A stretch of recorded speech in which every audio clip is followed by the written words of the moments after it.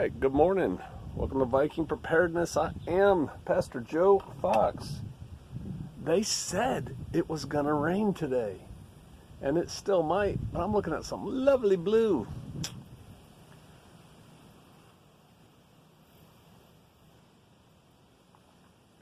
One of our newer Vikings wrote me and asked, how do I start a Viking group?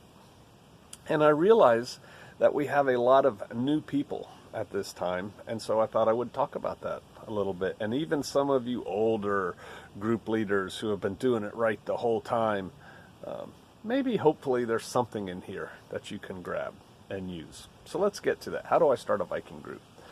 First thing is to understand the purpose of the Viking groups. The purpose of a Viking group is to cast that net far and wide, so that like-minded people get together, and within that get-together, that group meetup, people find each other, and crews, mags, teams form, because there is the goodness. But before that can happen, people have to meet, so it provides a venue for that to happen. Yeah, that's what they're for, the Viking groups. The Viking group is not a mag. The purpose of having a group meeting is not to establish a mag. That's way too fast, way too out in people's face. It's just to get together and meet people. And then if that goes somewhere else, cool. Take that somewhere else, and maybe we can talk about that later too, how to form a crew or a mag. But the group meeting is just that, a group meeting. So how do you do one? The first thing is check here. Around the first of the month, I always put up a post. I try to put up a post saying group meetups, post here, and then the hosts of meetings post the information so that people can go. So the first thing to do is check back, go back a couple months, the first week of every month, find that post and read it, and see if there is a meetup near you already. Because if there is, there's absolutely no need to reinvent the wheel. Matter of fact, it probably diminishes things if someone's already doing a meetup and you also have one in close proximity. And I would say close proximity is an hour or less for sure. Maybe up to an hour and a half or less from this point to this point where we're having them. Here's why. I encourage people who live within a 3-mile radius to come to these group meetups. And so if Bob lives here and he's already been having one, so he's got a 3-hour radius here, and Sue wants to set one up here, that's okay, because she's getting the people out here too. Does that make sense? But setting them up close to each other, that's dumb. Just help the first person do better if you can do that. That's my advice there. So check and see if there are any. And if there aren't any, then you're going to have one. So how do you do that? Well, the first thing you have to do is kind of decide on you have to take the lead. I know. Here's the good news. What did that pastor tell me one time? It's not a rapture ministry. You won't have to do it till Christ comes back if you don't want to. But somebody's got to get this party started. And so, but you won't have to do it forever if you don't want to. You just got to get it going. And so decide on a date. If you already know somebody else who wants to help you, mo better. But if it's just you all by your lonesome, decide on a date that you're going to have it. Typically, weekends are good. If you're going to do it on a Sunday, typically later in the afternoon is better, but not too late because people have to go to work in the morning, right? But, people go to church, usually, 10, 11 o'clock. They're usually done by 12 or 1. So, you have it at 2 or 3, people will probably make it.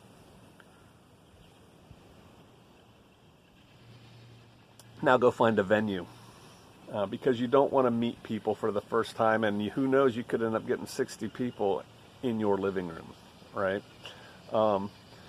Venues, what can you use? It's a lovely time of year to find like a pavilion at a park, a closed pavilion. Sometimes you have to rent them. Yes, you may have to kick out some bucks. Don't worry. When you have the event, you can, I'll talk about that, but you basically pass a plate around, a bowl around, a can around. You'll get reimbursed. So you pay for the venue, people pay you back. I'm talking, $50 to $100 venue, not $10,000. You won't get payback for that. So get a venue. A pavilion in a park is good. A picnic pavilion. Sometimes you do have to rent them. A community center is good. You could have contacts with people who have access to the training room of a facility or a conference room of a facility. We have a member here who does SCA fighting, and sometimes they meet in the ballroom of a hotel because the hotel manager is friends with somebody in SCA. It's like, yeah, you guys can use the ballroom, no problem. I mean, how cool is that, right? Contacts. A lot of restaurants have a party room or a function room, or we want to get together, and you go talk to the manager. You're like, hey, what's it take to get this room? And usually what's understood for those rooms is everybody's going to order. Most people are going to order off the menu. So you tell them, hey, yeah, we're going to bring about 20 people here, and we'll have lunch, right, or dinner or whatever. So find a place. You're a leader. Use some initiative. Find a place. Once you have a date and a place, it's time to advertise. It's best to advertise a meetup. 6 weeks is not too early to advertise one, and I would say definitely no less than 2 weeks out, probably 3. So somewhere in there, a month out is a good time, right, to advertise. And the first place to advertise is here on Viking Preparedness. And I'm really particular about those posts. Let's say you wanted to do one in Joplin, Missouri, okay? And I write this up at the post, so you don't have to remember this. You don't have to take notes on this part. But basically, you say like Joplin, Missouri, the date, the venue, this restaurant, we're all going to meet in the room, 2 o'clock on this date. We're going to look at regional threats and possible fallout from a possible impeachment. I don't know. That's a little bit too political. You might not get good people for that.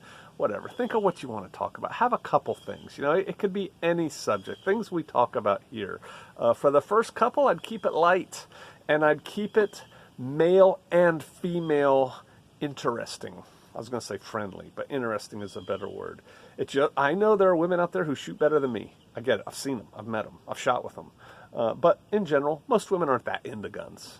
So having your first meeting all about guns, probably not going to work, right? Because we need women in these groups. A good half of the prepper families are led in the prepper realm by women. So you got to have women. You got to have something interesting for women. So you could talk about bug out bags as an old standby, get me home bags, car kits, winter car kit might be a good thing to have a layout in a parking lot. If you're doing it on a weekend, maybe you can meet at a high school. I don't know. Is there a pavilion at the high school? Because you want to have a class, you want to have talk time, chat time, and you want to break bread together. These things work pretty good. You may have to do the first class. The first class could be something as simple as, hey guys, and I know I'm good at it. I've been trained at giving classes. I've given a bazillion classes, so I know that for some of you, supposedly standing up and talking in front of people is one of the scariest things people can do. I don't get it. I've heard the tricks. Picture them all in their underwear. I just look at them as people. They're here. They want to learn. I got something to say. Let's keep them entertained. But, you could just talk about anything, and it doesn't have to be huge, and you can just kind of kick it off and then say, so anybody else, what do you think? And then people like to talk. They really do. Well, I think blah, blah, blah. Let people talk. Let it flow a little bit. Okay, thank you. And go to somebody else. Don't let somebody monopolize the conversation. So have a little class. Then have time just for people to get together and exchange notes. Encourage them to exchange information. Whatever information they want. Where do you live? I live in outside of Memphis. That's good enough. I don't want your street address. I'm just in my mind trying to figure out, are you on the north side of Memphis or the south side? Yeah, we're out there on the northeast side. Okay. Stuff like that. You're just trying to ease the conversation so that people can talk. And so you have to break the ice. Usually that's done with a class. And then you let people go. You serve the food. A good way to do food is potluck. Just tell everybody, bring a dish to share. That usually is pretty good. Some people provide like the main course and then tell people to bring a dish to share, whatever you can do. But you have the venue. There's two more things though. Going into this, and you can't let it devolve too quickly. Like you have the class or the intro or the discussion. You have the little chit chat, maybe 20 minutes before lunch is ready. Then you serve lunch or supper.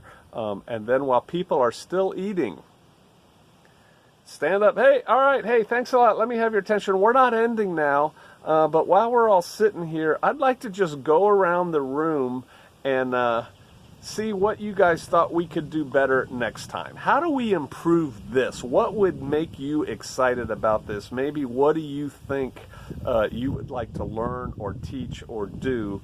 Blah, blah, blah. And while you're sitting here, our next meetup is this date, time, place. You've got to already have that organized. You have to have the second meet already organized when you meet for the first one so that people already know when to come back. If you do well, this was really good. We need to do this again sometime. Put your email down on the list and I'll get with y'all. And when we do something else, man, you have lost momentum hugely. Have a plan for the second one. Now, you will probably have to do the second one too, like all the things, soup to nuts, organize it, get it going and everything. But you can say at the first one, hey, I've organized this one. I'm going to do the next one. I will incorporate that idea you had, Bob. Thanks. That was a good one. But I need somebody to step up and think about doing the third one. So think about it. Go home, talk to your significant others, and then give me a call or an email or whatever, and let's get this thing going because I don't want this to be all about me. And trust me, you don't want it to be all about you. It's too much work to do all the work. So find your core of people. In any group of people, 10% of people do 90% of the work. And so you'll find that. Have the meeting, then do some kind of AAR with the people. What went good, what went right. Tell me one thing you liked about this meeting. Tell me one thing you'd like to see improved for the next time. And go around the horn and make everybody talk. Make everybody input. While you're doing that, you're facilitating it. You're making eye contact. You're nodding. You're going, mm-hmm. Somebody else over here has to be taking notes. You're not going to remember all that. So have a note taker. So that's how you do it. The first one should be easy and light. A good thing to talk about the first time is, what do y'all want to do? We're all a bunch of preppers. We're all into it. What do y'all want to do? You want to hike? You want to fish? You want to kayak? You want to backpack? You want to have a barbecue? You want to go to the soccer game together? You want to have a class on fire building? You want to do bushcrafting? Do you want to have a home canning lesson? Do you want to do first aid? Do you want me to organize the Red Cross to give us a class on whatever? Find out what the people want to do and then kind of tailor the thing to them. Because remember, the whole purpose of this group meetup is to get other people to come. And let's talk about that. You advertise here on Viking Preparedness, but man, advertise everywhere else too. On meetup.com, Craigslist, do some flyers, hang them up in gas stations if that's what people do where you are. Tell the local Boy Scout, troop, I don't know, talk to churches, talk to your church, say, hey, we're going to have a preparedness meeting. This is not some conspiratorial thing. What we're trying to do, again, I know I beat this point, but I think a lot of people miss it. What we're trying to do is facilitate like-minded people, and in this case, like-minded just means interested in preparedness. That's it. That's it.